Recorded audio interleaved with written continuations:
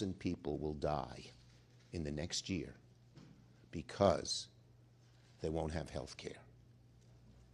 Donald Trump and his Republicans, who want to use this money, use the money from health care, which Americans have always prized and treasured, to pay for tax cuts for billionaires. That's why they're so adamant. The billionaires have a stranglehold over the Trump administration and over the Republicans in the Senate and the House. These are not just numbers on a chart. I don't know if we have, no, we don't have a chart here. But these are not just numbers on any chart. They're real. This Friday, as window shopping occurs, window shopping starts today, tens of millions of American families are going to gather around the kitchen table and say, what are we going to do? We can't afford an extra $10,000 or $20,000 a year. But we can't go without health care. What if our kid or our partner gets sick and there's no doctor?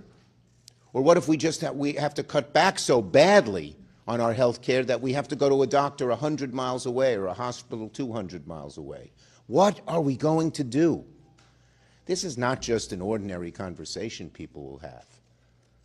This is just frightening, devastating. It's like you'll walk around with, if people who experience this will walk around with a hole in the pit of their stomachs and say, what are we going to do? And today, we're only 3 days from open enrollment, as you know. Window shopping starts today. People are, for the first time, logging in to see what they're going to pay. And it's going to be devastating. Let me just give you a few little examples. We have them for every... Monica, we have numbers for everybody on the states? We've got 31 states today. Okay, we'll get you that information. In Florida, a 55-year-old couple making $80,000 a year could be looking at a nearly $4,000 a month health care bill, a $50,000 increase. You're making $80,000 a year. It doesn't mean you're poor. But how are you going to pay $50,000? It's half their salary. I've been hearing from New Yorkers from one end of my state to the other. We obviously have a big urban population with many poor people. We have a large rural population. We have the third largest rural population in America. But from one end of the state to the other, we're hearing how frightened people are, how angry people are, how devastated people are about what is happening. In upstate New York, the average family who used to pay $280 a month is now about to pay $1,700 a month. That's a 500% hike. Corey walked in, but I was going to steal his thunder, but he'll talk about it. Healthcare costs in Jersey are up 175%. And this is true in red states and blue states. In fact, it's even worse in red states because they've been so negligent and so cheap about providing Medicaid to people. And let me just say this. America was regarded as almost a third world country when it came to health care in the 1960s because we didn't have Medicare or Medicaid or ACA. And through a lot of hard work and a lot of public pressure, we achieved Medicare and Medicaid, and then we had ACA. But from the very beginning, the Republican Party has tried to tear all of this down. Most recently, in 2017, when I worked with John McCain, and he did his thumbs down, and their desire to repeal ACA failed by a vote. But they're still at it. And that's what they did in their big, ugly betrayal bill. So the costs are outrageous. Americans are going to be finding this out starting today and over again on Saturday. And Republicans are trying the same failed play that they tried before.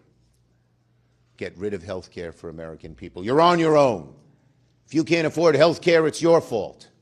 That's the Republican attitude. It's just horrible. And the American people hate it.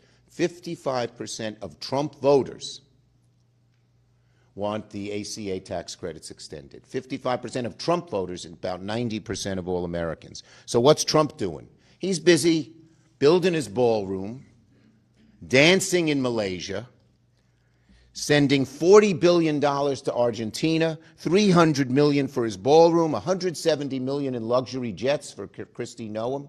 They have money for that and not for health care? It's a disgrace. And the American people know it. We're here.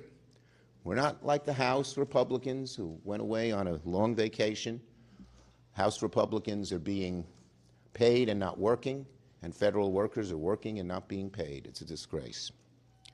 But we're here. We're ready. Hakeem Jeffries and I are willing to sit down and negotiate a way out of this crisis with the Republican leadership.